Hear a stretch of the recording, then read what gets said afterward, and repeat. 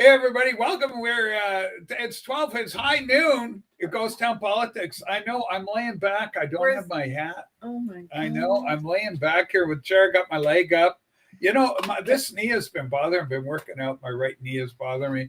It was doing better this morning. I think it is on the mend, but still, a little bit.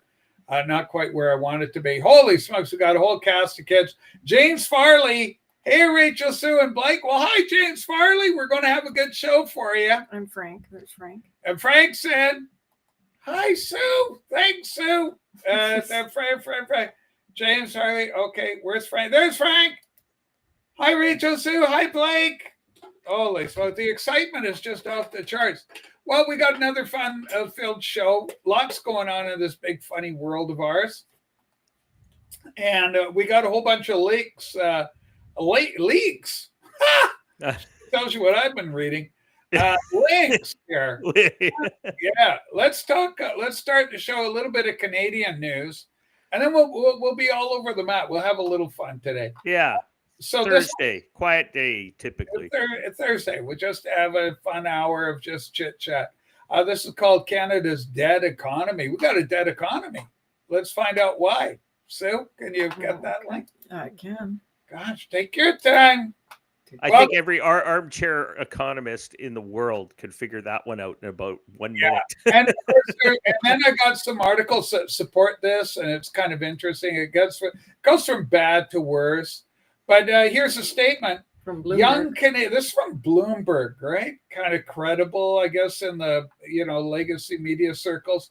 Young Canadians are facing a labor market that has deteriorated faster than in any other major advanced economy. So the jobs are disappearing faster than in any other advanced economy for young kids trying to get, jobs, your first jobs, and it can be an important one. Yeah. That's the old Canadian, and to be point blank on this, these are Canadian citizens being impacted. But that's when you dump 6 million people of unskilled labor into your country in a matter of 3 years.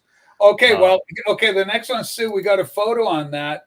The next one's called migration. So we can there's an actual Stats Canada image out there that actually supports that information, that statement you just made, Blake. So let's take a look at these are the official numbers, so it could be higher. It's not going to be lower, but it could be higher. This is a remarkable graph, Blake. So this is from Dylan James Ortega.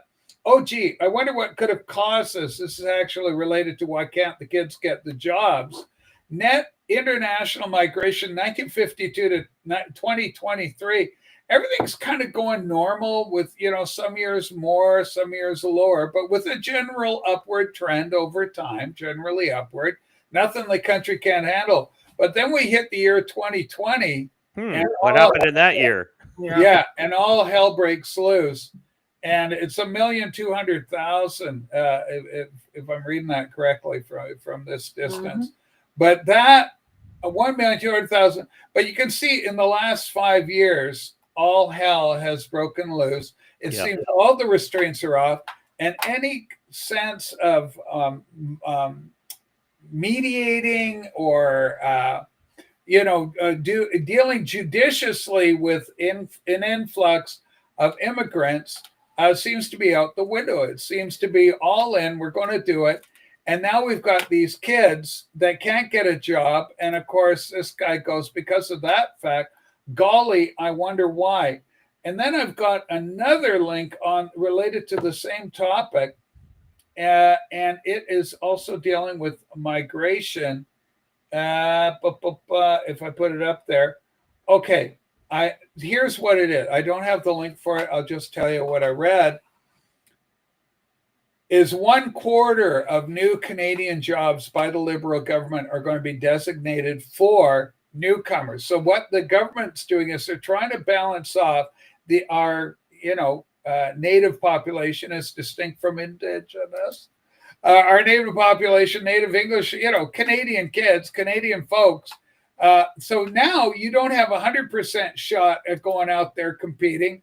now you got a 75% chance of getting a job in a free market. May the best individual win the job. Now they're designating at least 1/4 of all Canadian jobs.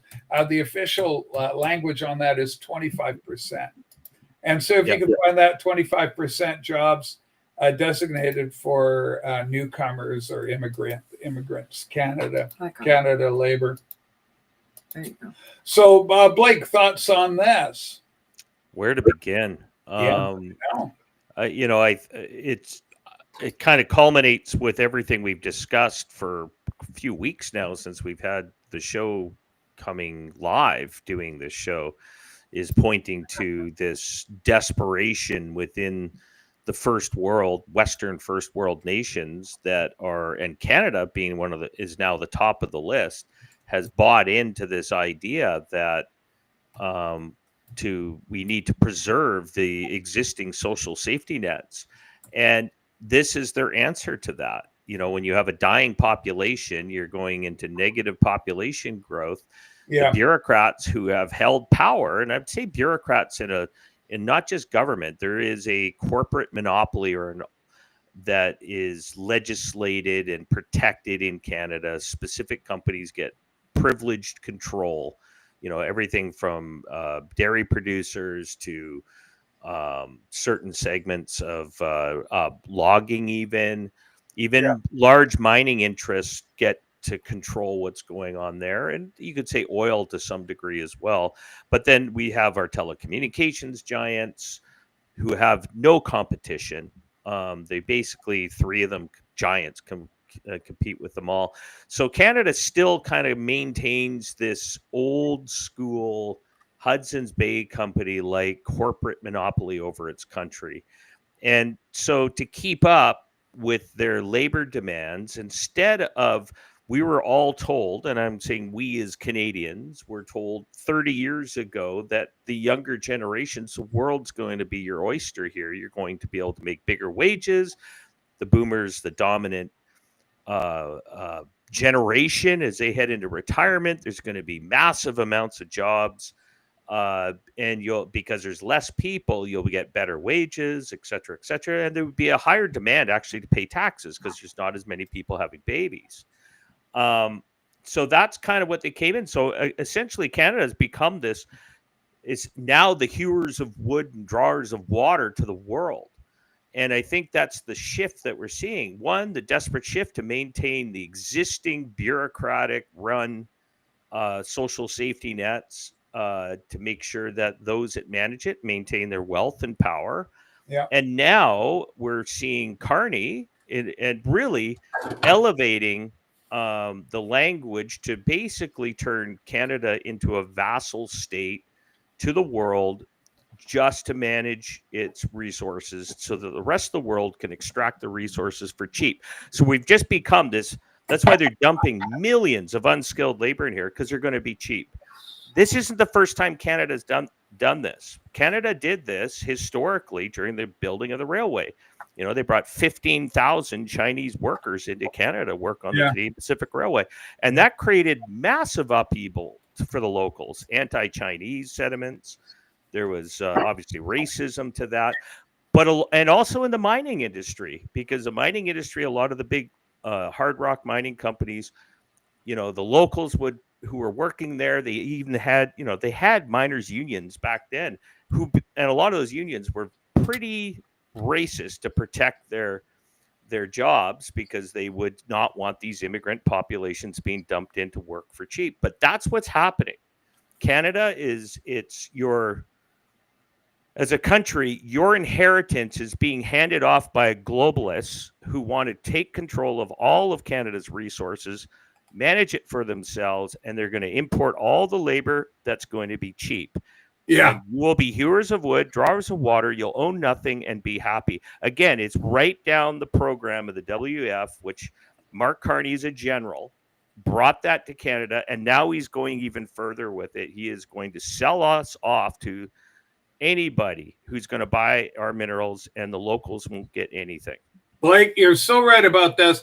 What's remarkable, I mean, the prejudice that was exhibited at that time, Blake, was off the charts. And remarkably, I've got some footage of some of the prejudice that was just so apparent at the time for our newcomer Chinese. Let's take a look and see how just one of them dealt with the situation. Grasshopper. You come on over to my office and I'll see that the old chief gets a drink of water. Of course, the Indians were there at the time. The old chief kept involved. Oh, God. You are a couple of morons. You better get it all up. Hey, you want to have some fun? Oh, I hope there's no trouble coming. This is just so typical of what went on, what Blake is talking about. Nothing.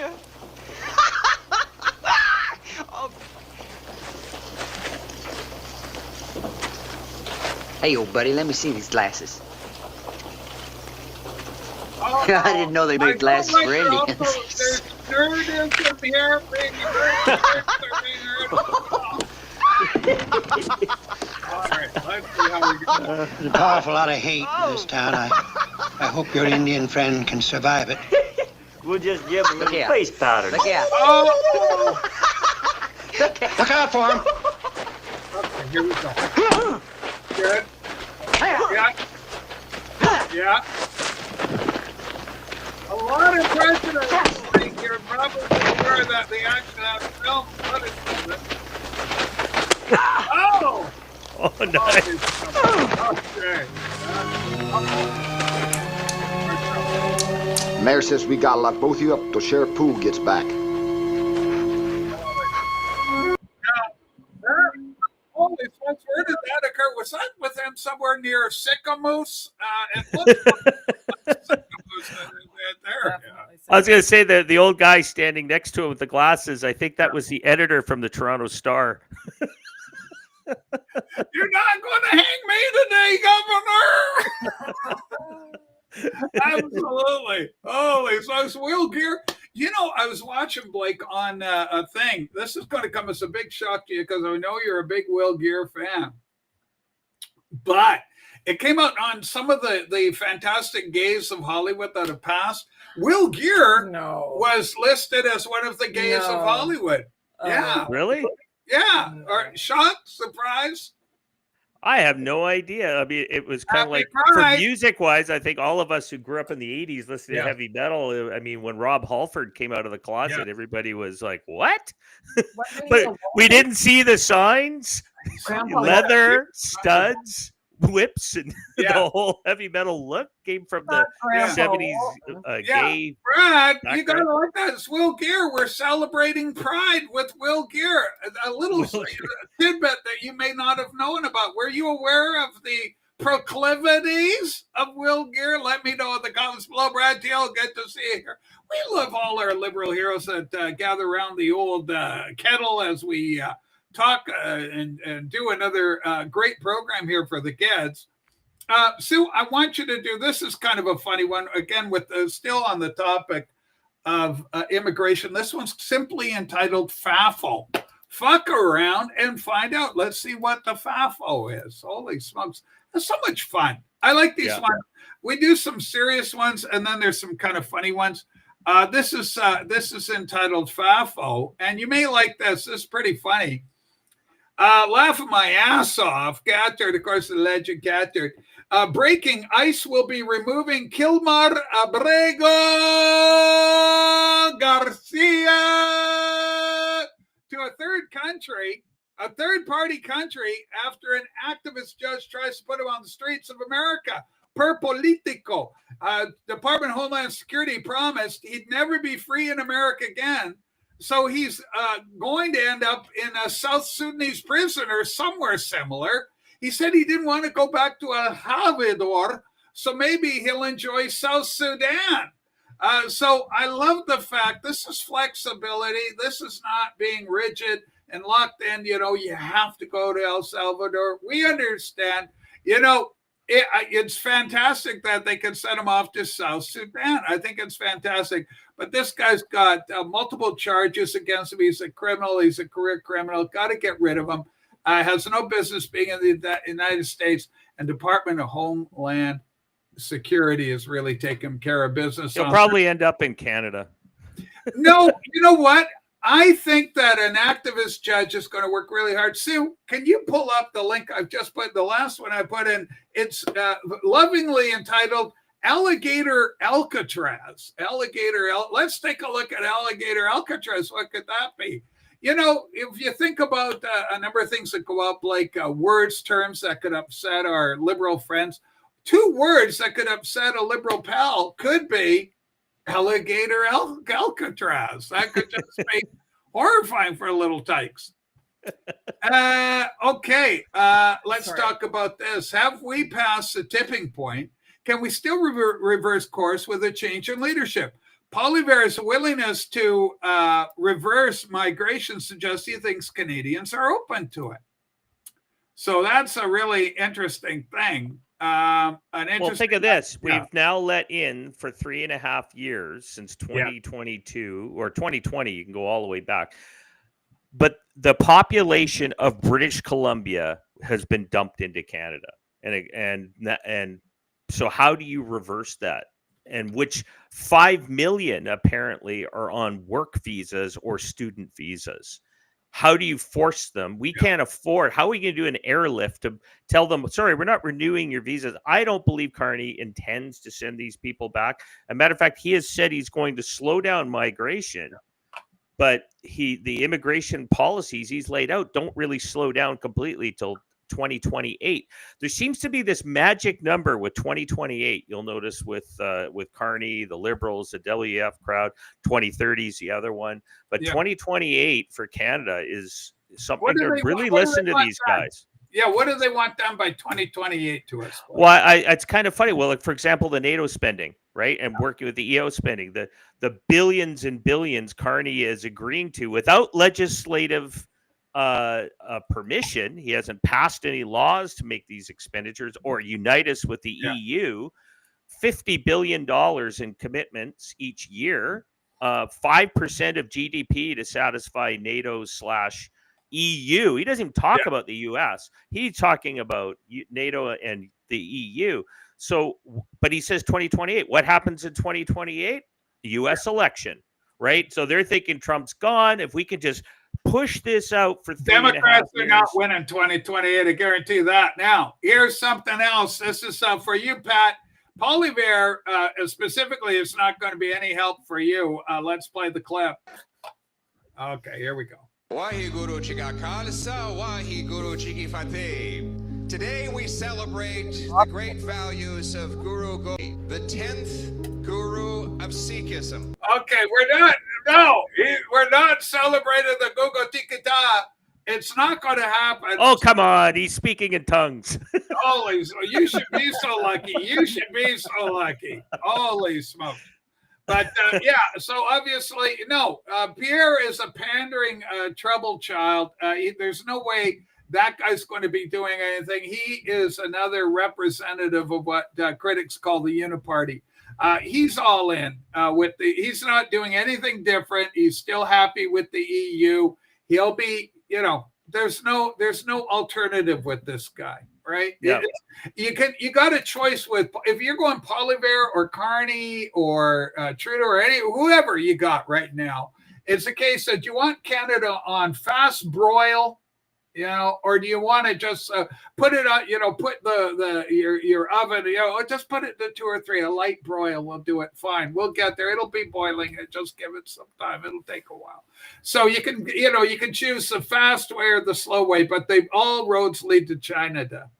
Okay, it does. Well, that's it. Canada has become the hewers of wood and drawers of water for the Chinese communists and the EU and the WF crowd. But which is still, there's that faint hope that Carney's kind of this weird character, and they keep talking about it. Yeah, that him and Trump's relationships.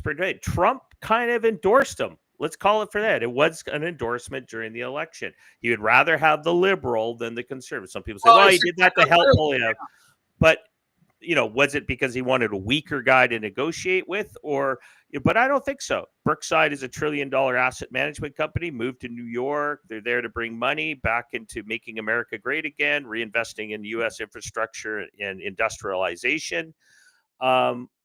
I don't know. Like, that's just say Carney's this weird character. I think he's a bit of a chameleon. He can speak the language. He's a classic banking bureaucrat. He can speak in a way that could mean multiple directions. He never says exactly what he means. Outside of some of his climate insanity, he's still tied to that. And I won't say what specifically that means because we know YouTube doesn't like that. But all right, now this is interesting, Blake. Just to recap, because this one's almost too absurd to believe. British Columbia ferries. We're talking about this. You and Blake and I are on Vancouver Island, British Columbia, Canada. BC ferries are very important for Blake and I. It gets us off the island. If we want to go in the States, we want to go to the mainland in Canada. We got to take a ferry, a BC ferry, right? Got a $1 billion deal with the Chinese state-owned shipyard to build 4 new ferries. Get that state-owned. That's the CCP. That's the Chinese Communist Party. Canada's Deputy Prime Minister Chrystia Freeland, always quick to perform outrage when the cameras are on, writes a stern letter saying how dismayed she is. She scolds British Columbia for daring to do business with a hostile foreign regime that's literally attacking our critical infrastructure in real time. And then, wait for it, it turns out her own federal government quietly financed the whole thing. Yeah, really. According to an explosive report from the Globe and Mail, the Canada's Infrastructure Bank, a federal crown corp, provided $1 billion in low-interest financing for the very same China shipbuilding deal Freeland claimed to oppose. In other words, Canada gave the Chinese a sweetheart $1 billion discount deal to build our ferries, to help build those communist ferries. Nancy Pelosi, clap of we condescension. lend them the money. Here, take the money, take our money to help you. Ferries. And remember, we've got a whole bunch of CSIS, Canada's version of the NSA and the CIA, our top intel agency. They looked at this as we've got compromised politicians, both conservative on the liberal side of the party, like Republican and Democrat, both compromised here, dealing with the Chinese, bought and paid for. And this is evidence that the fix is in, the deal is made. Holy fuck. And is it any surprise that China is now coming forth as a player in election interference in the 2020 U.S. election? We'll keep our eye on that story, but all within the stringent guidelines of YouTube's friendly electioneering policies. We just love you, YouTube. Happy Pride. Happy Pride. And if you're celebrating Eid al-Fitr, happy Eid al-Fitr for you as well. He posted up a picture on X showing those, ferries from a third world country, like wall to wall with people barely afloat, saying this is what BC ferries is going to look like in the next 5 years. This is the most accurate way of putting it. Canada is funding the Chinese Communist Party in order to make our ferries for us. Yeah. Wow. Just fucking wow. Elbows up, morons. Elbows up, right? Holy shit. Well, here's a part I think Canadians are schmucks. I'm sorry, Canada. We are schmucks because there's too many of us that buy into the bullshit. There's schmuckery about. Yeah, we're completely idiots. We have too many idiots here who just buy into the propaganda. You are being sold out every single moment. They've been running this scam for 30 years, and now it's culminating to the point where it's almost a complete hostile takeover. And these guys are running off like bandits, padding their offshore bank accounts, and they pretend to be progressive, woke. They're your friend. They're here to help the disadvantaged. No, they're not. Everything they've done, they've increased taxes. They've increased the cost of living. Your housing prices have gone through the roof. This is the boil to burn you out of your own home. So that's it. vote for these guys ever again, because at any other time in history, in Canadian history, this specific one scandal would be enough to take down two governments. In the That old would have taken. you're so right about that. But nowadays, the outrage continues. It goes on and on and on and on, and nothing seems to change. Well, we had an independent media. We had an independent media 40 years ago. Dang it, yeah. The only solution I see for all of us, the one hope, Blake, is Alligator Alcatraz. Let's take a look. 5,000 migrants will be housed in trailers and heavy-duty tents at this remote, abandoned airfield. As I call it, Alligator Alcatraz. In a promotional video set to music, Florida's Attorney General lays out what he considers a deterrent for any potential escapees. People get out, there's not much waiting for them other than alligators and pythons. But some local officials warn the environmental impact could be devastating. We have environmental and fiscal stewardship and safety concerns. The Trump administration has said it wants to get up to 100,000 beds at detention centers across the country. Starting next month, 5,000. Wow. Fantastic. Alligator Alcatraz has got such a fun ring to it. I like it. And, I've heard that people are not going to Epcot Center. The whole Disney World thing is wearing a little thin, maybe because of all the child problems. But apart from all of that, I think Alligator Alcatraz could be a hell of a tourist attraction. That's right. I think it's just absolutely. Let's go to see Alligator Alcatraz. Let's go camping. I mean, if Alcatraz West is doing, great with Prison Guard Vicky, remember that? I love Prison Guard Vicky. From So I Married a Max Murder, with the late great Phil Hartman as Prison Guard Vicky. Yeah. UK public opinion of where we can escape, or where can we escape Starmer, now mirrors Lenin's opinion after prolonged Beatle argument. Where the gig in 69. I'm warming up to the idea of an asylum. That's John. I think I build me a squadron of tanks. But we love John. Holy smokes. Alligator Alcatraz got such a great ring to it. Can you imagine the t-shirt? I saw Alligator Alcatraz. You just come back from Florida. I think it's fantastic. Going to be a lot of tourist dollars. Going to be great. Make America great. It's going to bring the economy a lot of money in there. Speaking of making America great and the economy, let's talk about General Electric, Sue. I've got a link there simply called GE. Get your GEA Viewmaster. Feeding migrants to alligators is a wild strategy. That's a bold strategy. Who the hell was that? What was the line? That's a bold strategy, Casper. I don't think he won't be able to see very well with that blindfold on. Dodgeball. All right. Okay, here we go. This is the very essence of Make America Great Again. Breaking. General Electric Appliances has just announced a $500 million move in their production from China to Kentucky, thanks to President Trump's tariffs. So that's what it's all about.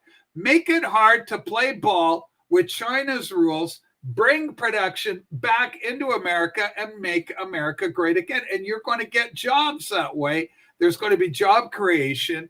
And this isn't just happening with GE. This is happening with a lot of there's going to be a lot happening with that. So we'll see and everybody, please look up every one of these companies that are coming back to America. Look who their primary shareholders are in the public shareholding, because that is disclosed. I can guarantee you the big asset managers are part of that. And that's kind of my point. That's why he's getting BlackRock, he's getting Vanguard, State Street, and Mark Carney's Brookfield to bring the money home, the investment money home. Great comment, Blake. Love it. Here's something else we got for you, kids. Alberta, it looks like there's some serious talk about Alberta trying to find some degree of independence or movement. At least there's some parties there that are interested in doing so. And it reached the point now where Carney is starting to take notice. And this story came across the wire over at Juno News, the good folks at Juno News. Exclusive blacked out documents show that Prime Minister Carney is bracing for an Alberta separation legal showdown. But here's the kicker. Ottawa is seeking constitutional advice on Alberta's independence from a top Crown lawyer who successfully argued in the Supreme Court that Quebec had no unilateral right to leave Canada. In other words, you're not going anywhere. So all I can ask, Sue, is that you drop that link for the kids to read that article in its entirety. But simply put, I don't think Alberta has open hell of just unilaterally saying, we don't want to play with you fuckers anymore. We want to be our own people. Canada, the rest of the thing is not going to allow it. I don't know. And here's my thoughts on that. If Alberta specifically, because here's the problem. If Carney starts drawing us into an EU state, if that language comes up, then there's a deal broken. The provinces, and I could guarantee, I don't know about Quebec's actions, if they would agree to that. You never know. But they would probably say Quebec wants to be its own state in the EU. But the fact is, what's interesting is they're pushing this EU narrative. That's where they want to go to balance trade around the world, which would make sense. I'm fine with that if you're just talking trade. But this is more than trade. They're talking about Canada is, it's most European outside of Europe, European country. Carney claims this. I could see Alberta putting up a pretty strong argument saying, well, we don't want to be part of the EU. You've breached your contract within the British North America Act. The Canadian Constitution isn't worth the paper it's written on because it's just an act. But the British North America Act is the foundational document for Canada, and the provinces have the power more than the federal government within it. So they could just say, end of agreement, we're out of here. You take your presents or your goodies home and we'll do our own thing. But here's the outlier in this. If Alberta wanted a vote for independence, do you think the United States would say, we are going to protect the interests of a democratic vote on independence for Alberta? I think they would. I think Trump would come out and defend their right to want to leave. I don't think Canada would have a hope in hell. It doesn't matter what the courts say. Courts are corrupted. We know it. All appointed by liberals. So we've got a situation where Trump would say, we would love to come in there, and they could act like UN observers to make sure there's no shenanigans going on it, right? Yeah, and there'll be shenanigans.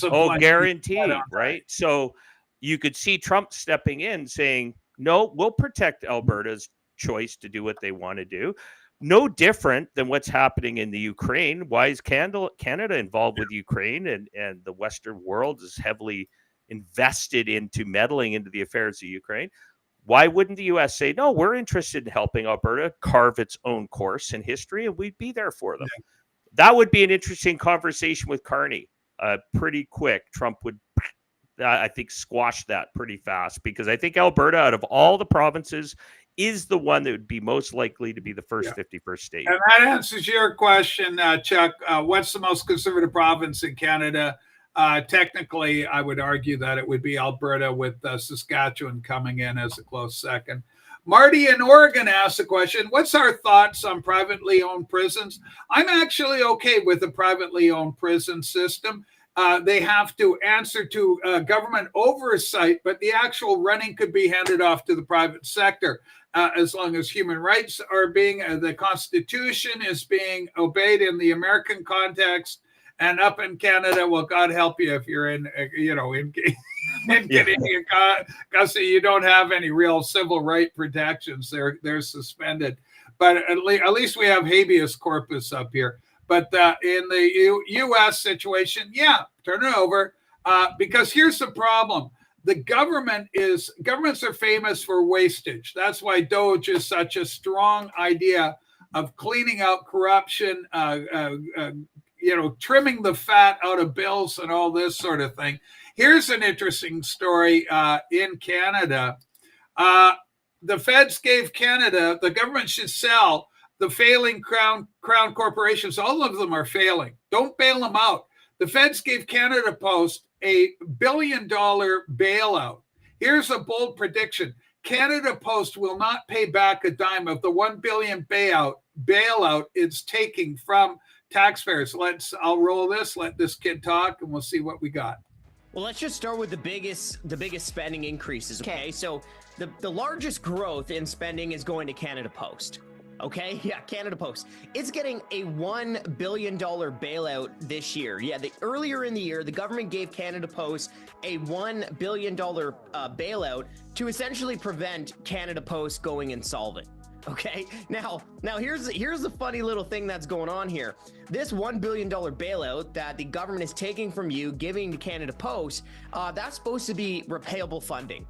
Canada Post is supposed to pay that money back if they have the revenue to do that. Now that's a big if, and I would say, Chris, don't hold your breath waiting for that money to get paid back to you, because since 2018, Canada Post has lost money every single year. In fact, they've lost $3.8 billion going back to 2018. So, here's a bold prediction.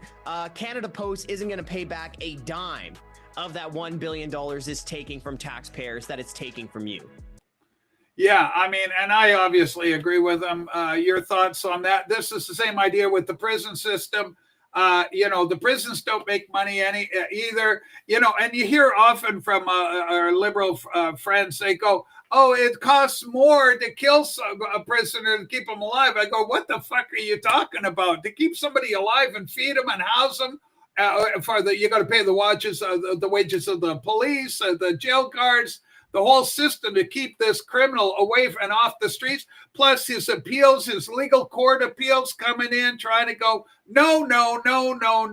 There's no way. You put to death some of these hard ass, irredeemable types, and you're saving money. That's a slam dunk. There's no two ways about it. But go ahead. What do you think about private prisons? What do you think about Canada Post there?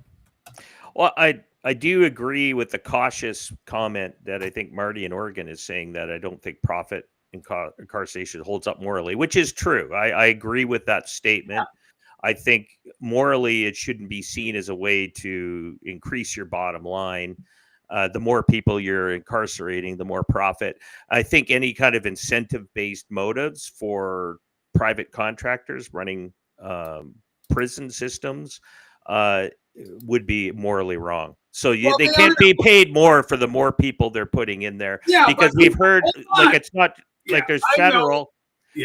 And there's always a potential corruption where you've got these crooked judges that are getting kickbacks from these companies to put people in jail for a longer period. Judges already. I mean, exactly. Go to jail. Steve Bannon's in fucking jail. He's out now, but anybody can go to jail. They tried to put Trump in jail. They would have allowed it nothing better than lock Trump up and throw away the key. If they could have gotten away with it, they would have gotten away with it. No, exactly. The corrupt judges, but for-profit prisons we're talking about specifically. If it's not for profit in the sense that they're not incentivized to make more money by adding more prisoners, there should be just a flat rate they agree to. This is what you get. And there's no benefit to adding more people in there. Correct. That's fine. If it's just like we could take Canada Post for an example, and we could privatize it as well. The deliveries, there's a number of companies that could bid on all of that. UPS, FedEx, et cetera. Even Amazon might want to take a piece of that action, but you could have it out there and they could take over parts of that for a certain fee. And some of the things they might have to take as a loss leader, such as the guarantee, like somebody wants to send a letter for $1.50 or $2 it is to send a letter, because there is a constitutional aspect to provide mail service. Now, it may be antiquated because we didn't have the internet. People were sending messages to their families by land. They write a letter, and 6 months later, you'd get to the other side because it'd go around the horn before we had, the Panama Canal or anything like that. But they had these, the Postmaster General. There was like an almost a military-esque aspect to the running of it, or a very important feature, because they were a legal.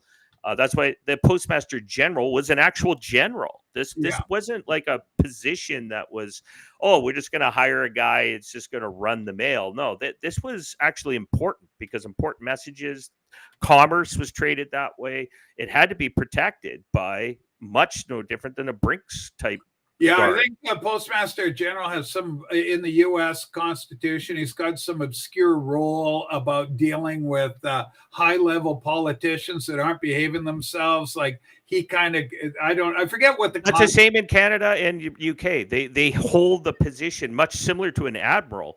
They call it admiralty law and the law of the sea, where the captain, ship's captains have legal authority to act like a judge out on the seas because they have admiralty law. That's different. We have different forms of law.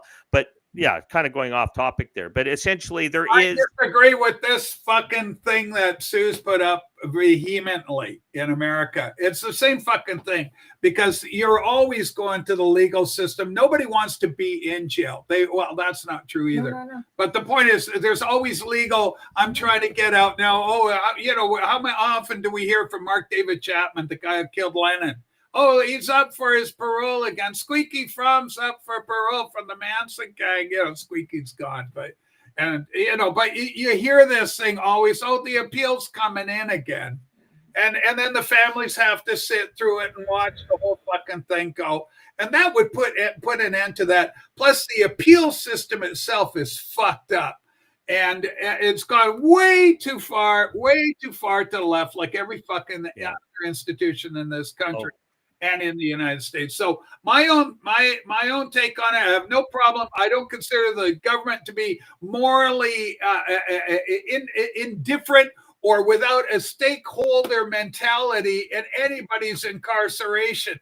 The state has a lot to do it. In England, from what I'm understanding, they're locking up people for their social media posts. Any truth to that, 4D? Let me know in your Mancunian comments below. So, I mean, if that's what's happening, and then you've got the fucking, you've got one of these immigrant cases, they come in, they rape or beat up somebody, and then 2 weeks later, they're out on the thing. Or in Canada, we've got our Tamara Ledge involved with the trucker convoy, never hurt anybody. 50 days she's fighting a 4-year long drawn out, talk about your legal costs, drawn out process on a quote mischief charge, and where they don't, and she's still fighting that. And then you've got some guy, an immigrant comes in, beats the fuck out of a tourist in Stanley Park, beautiful Stanley Park, Vancouver, and that fucker's out on bail within a couple of weeks. They wouldn't even give bail to Tamara Lich, quote, citing her as a danger to the public. 50 days in jail. Fuck the government. So no fucking way can you play a morality card and suggest in any way, shape, or form that some private industry is going to be any more fucked up and corrupt than the Canadian, the American, the British governments. Harumph. I'm fired up. That's the way it should be.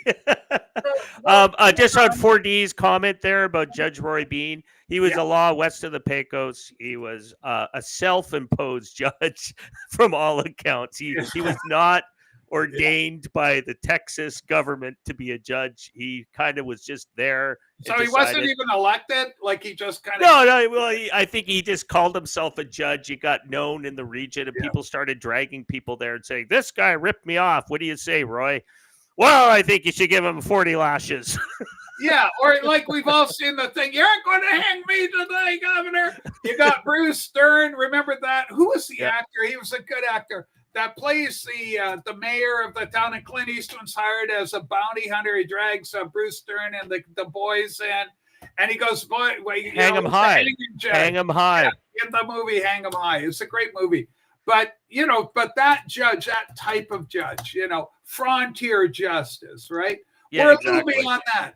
But common sense has left the land. Common sense has left the land, and with some common sense and some proper guidelines, without the fucking, we've got some judge, out in the armpit Walla Walla, is decided that Trump can't do this, that, or the other thing. And then Trump has to go through the appeal process, and you wait for it. Trump can't get rid of it. And then, so Trump then goes through it. Oh, a Supreme Court is now ruled Trump can bounce their fucking asses out of the country, But you have to go through all this juvenile shit. That costs money. But money doesn't fucking mean anything. That's the other social reality for everybody to get a hold of. The Canadian government, British government, the American government, there's fucking money. We sent millions of dollars on women's reproductive health care in fucking Nigeria. Are you fucking kidding me? That's my tax dollars. My tax dollars. Slip there. I spent a weekend. You're on fire. I was young. I needed the money. But I'm saying dollars. Our tax dollars go to Nigeria. Well, yeah, they could send money anywhere. We see that waste going everywhere. There's no doubt about it. To Nigeria's daughters. Yeah, so the kindness and the love of Nigeria's daughters. But you know what? I think that, we've seen stupid stuff like this come up before. I mean, I remember 20 years ago, Canadian taxpayers it was like millions of dollars sent to somewhere to investigate the effects of the African tsetse fly. And it was just... How that impacts Canada, I have no idea. We don't have the tsetse fly. I know it carries a disease. It affects certain African nations, but we're spending millions trying to figure out the effects of it to some professor and group of, I'm sure. Yeah. Yep. Walla Walla is a beautiful town. I've been there. My beloved aunt. My beloved aunt, you got to spell it properly. My beloved aunt was born in Walla Walla, Washington, as a matter of fact. So she's from Walla Walla. But yeah, I'm just having some fun with that. We got good news here, Blake. This is kind of interesting. Now, remember, Steve Bannon went to jail for defying Congress. We talked yesterday about Trump not extending presidential immunity to these people because of their office and going about they claim there's an immunity clause that they can play for, right? As operating on the behest of the government. But anyway, here we go. Breaking, cat turd, of course, with the two-word response, simply arrest this fucker. Breaking. Good fucking God. Jill Biden, chief of staff attorney, Burnell. Okay, so I don't know his first name, Burnell. Anthony Burnell. Sorry. Anthony. Okay, say it again. Okay. Jill Biden, chief of staff, Anthony. Sorry, I read attorney. Officially subpoenaed to testify before Congress after he refused to testify earlier today. Well, that's the very thing that got banned and put in jail. Yeah. If he fails to testify this time, a federal warrant will be issued for his arrest. I just love it. Put a like on that thing, Sue, and retweet that. Patriot Oasis. Absolutely. Bing and bang. Repost that. Atta girl. Here's the beauty of this situation, Blake, is when they get subpoenaed, then the information comes out. Now, too much of this stuff goes on behind closed doors. Then it becomes up to the reporters to kind of release and talk and digest, and the politicians that come out after session and talk. But it's never more powerful than when you're seeing the American people just looking in, watching themselves. And I think so many of our problems would go if we had further transparency on issues like this. Because what's he going to say? You are under oath. Who the hell had control of the president's auto pen? And was Biden aware of it? And what kind of mental state was he in? Because we got Jean-Pierre, whatever her fuck, that lady. She's saying the guy was nuts. He's out of his mind. He wasn't running anything. My last few months there, she was saying, absolutely nuts. Well, I'm sure he's the patsy they're throwing out there to take the heat off everybody else. But they got to get to the bottom. They got to follow the chain all the way up. But, these guys, even if they do testify, they can just plead the fifth on everything. That's what they do. You see these bureaucrats mumble their way through things, and then they can pretend, I don't recall. I don't recall. I plead the fifth. I don't recall. And it just became – so you need the FBI and everybody to get in there and dig it all out and get the evidence and just arrest them and put them in a real court. Sometimes the optics even on that, because it allows the senator on the other side, the investigating politician appointed to that whatever committee, they can say, okay, here we have you. We understand the president was in the office at this time. How come an auto pen was used when he was right there? I have no idea. I wasn't there that day myself, or I don't recall if I was there that day. You know, they could do that, but still you allow for the question to go the out. public side. It's the public's right to know. And sometimes that can be enough for everybody to go. Like you watch these gangsters. It works really easy when you're dealing with the mob. I don't know. I wasn't there. I got to plead the fifth. You know, Right. I don't know nothing. You know, That's right. You Schultz, right? I see nothing. I know nothing. Yeah, Sergeant Schultz, the old Hogan's Heroes. We're dating ourselves. Speaking of dating ourselves, happy 100th birthday to June Lockhart. Holy smokes, Will Robinson, danger. Danger, Will Robinson, danger. I was like the mom on. She was the mom on. Lost in Space, still going. I wonder if Billy Mummy sent her a little present or something. Little Will, you know, young Will Robinson, danger. Yeah, right. Anyway. Did you see Hegsworth beat the crap out of the press corps today? Yeah. Okay. I got one there for you.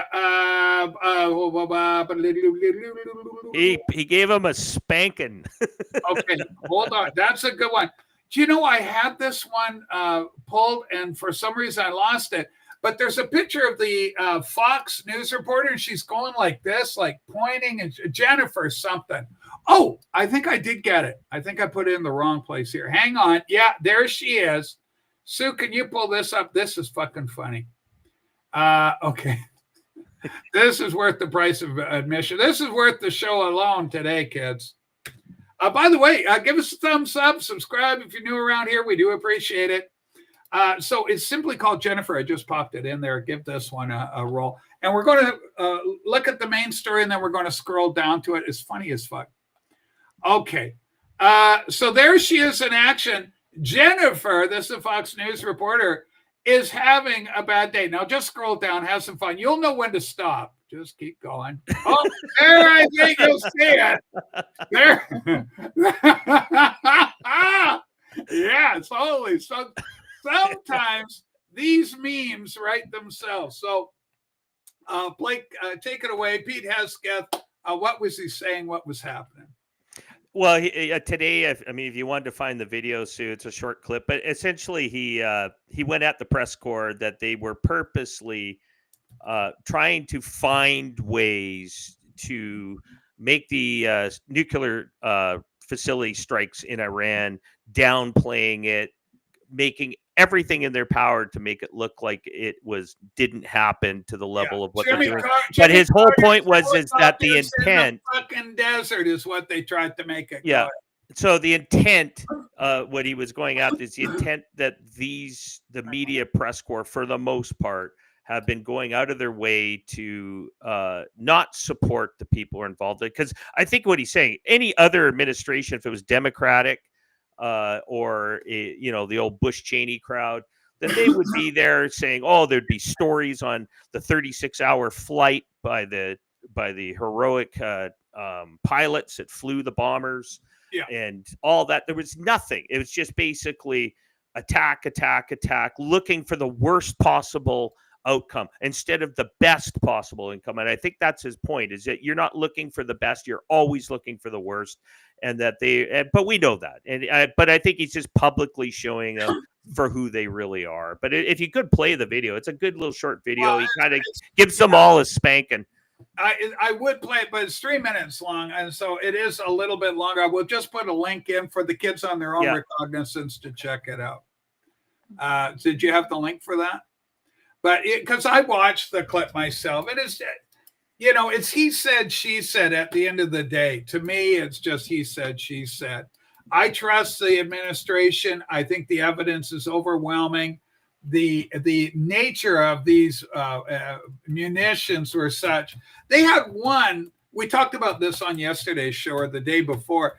They had one warhead, a 30,000-ton warhead that blew the fuck out of the concrete cap on top of an air shaft. And then 4 or 5 more of these 30,000 weapon bunker busters went down at at 1,000 miles an hour, some freaking unheard of speed.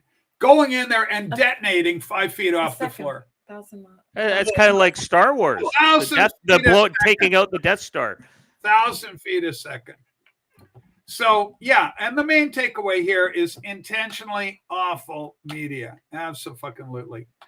Is this an Angelo Kelly? Every moment is an Angelo Kelly moment. Angelo Kelly, for those uninformed, is an incredible music performer, the Kelly family. He's based out of Ireland, has a connection with his wife is from Germany. He's a household word in Germany, and we love Angelo. I count him a personal friend, and he sold millions of records, and we love Angelo Kelly and the Kelly family. So yeah, to answer your question, every moment is an Angelo Kelly moment, in my opinion. Okay. So what was the big announcement this morning? I tried to look for it.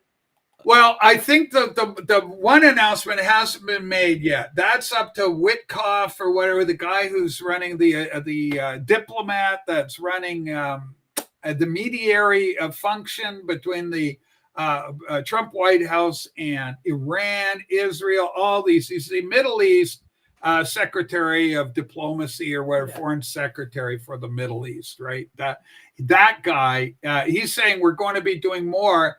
Adding more countries to the Abraham Accords. That has not been officially announced yet, but it's in the works and it'll be announced, I presume, any day now. The big news today was Trump said Hesketh is going to have that conference that you're referencing. Him and the Army Chief of Staff were there, and they explained in no uncertain terms that they are 100% convinced that the Iran nuclear capability, notwithstanding CNN or the New York Times or the Iranian government or Candace Owens, notwithstanding any of these anti-American entities, they, meaning the Trump White House, assured us, I think, unequivocally, and with the evidence that these things are destroyed, and there's not going to be any coming back from it. Trump said it; he meant what he said. Iran will never have nuclear weapons, and that's simply the reality. That's it. And if you get up, I talked about my old friend Derek, who'd say, "I'm going to punch you," and he punch. And I go, "Okay, well, I'm going to punch you back, but I'm going to punch you back twice as hard until you stop." And it took a few punches, admittedly, but he would stop inevitably. Inevitably, it just stopped him cold, and it'd be good for about 6 months. Then I'd have to repeat it about 6 months later. But this was teenage politics back in those days. That's how we handle it. Well, this is that on the world stage. You got an uppity Iran, with a lot of pride, a great nation. The Persians. Let's remember the Medes. Long history.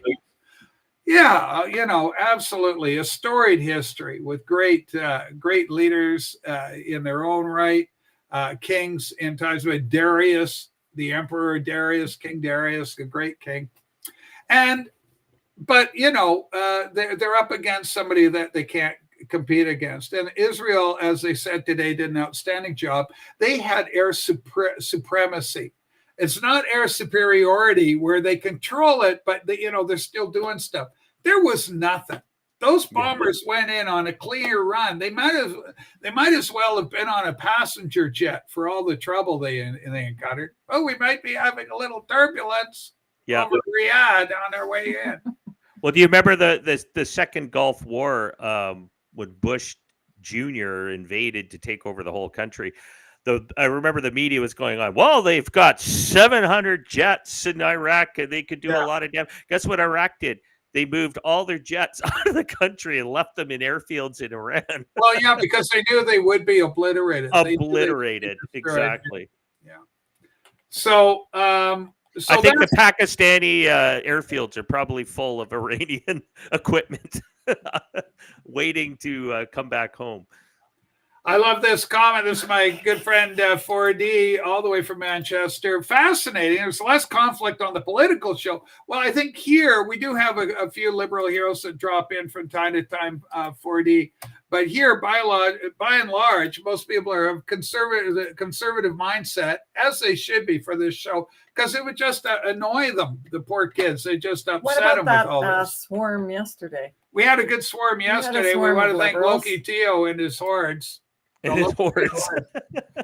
Let's do the Viking Viking hordes.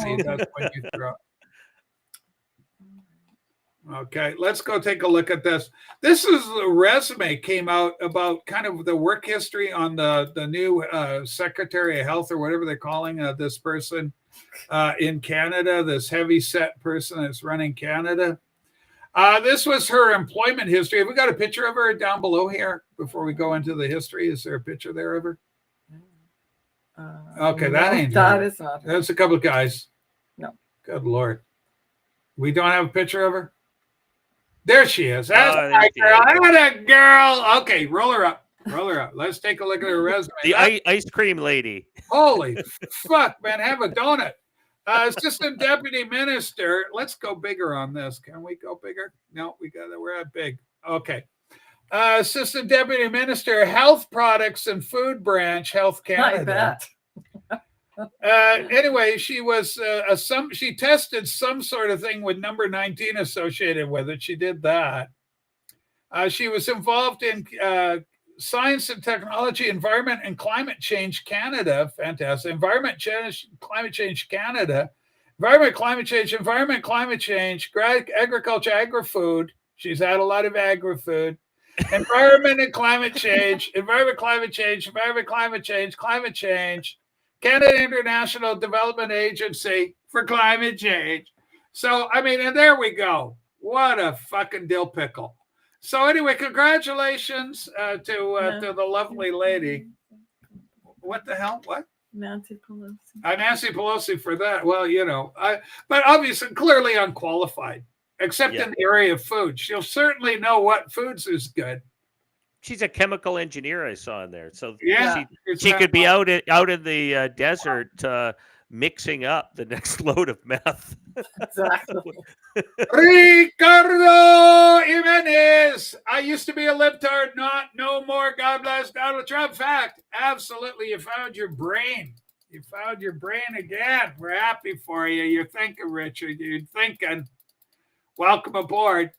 Okay, what else we got? So, yeah, I mean, she's obviously unqualified, but there you go. Okay. Yeah. Oh. Okay, what's that, Sim? Okay, here. What, you got a new one? No. Well, I think that if there is one story to cover, since we're at the top of the hour here. Maybe, we just hit the last. We're already in overtime. When we'll close with this? Yeah, it's I think a pressure story that people should react to, regardless, I think, of what the media is spinning now. But it seems even everybody, even on the media, is turning against the NDP government and now against the federal Liberals to pressure them to pay for Carly's medicine, because this is ridiculous. Oh, the young girl. This is a 1 in a million type of disease situation. Apparently, she has been doing well when taking it, and it is experimental. So if it works over time, to the point where it could actually heal her problems. It could be the beginning of the stepping stone towards a better medication. Exactly. And her own doctors are saying she's doing well. She's reacting well for it. And EB comes out yesterday and gives this ridiculous bureaucratic death panel response. The public's against them. But we can see, just like we're saying, we spend millions of dollars and billions of dollars given to ridiculous organizations, and we can't find $1 million to invest in finding a cure for this. She's the only person in Canada with this condition, and we can't find a way to help her. So there's where the difference is when you talk about a conscience where your society can come together and say, we can help that person. Yeah. And I think it makes sense, but it's time to tell the Canadian and provincial government of Canada. Millions to Nigeria for reproductive health in another country. We can certainly help a little girl in Canada. Come on, Canada, do better. Exactly. All right, Blake. Thank you so much. Blake McKenzie, everybody. Thumbs up on the program and subscribe, and we'll see you tomorrow. Are we going to see you tomorrow? Friday can be a Yep, I'm here. Okay, we got Blake. We got Blake tomorrow. All right. Thanks, Blake. Thanks, everybody.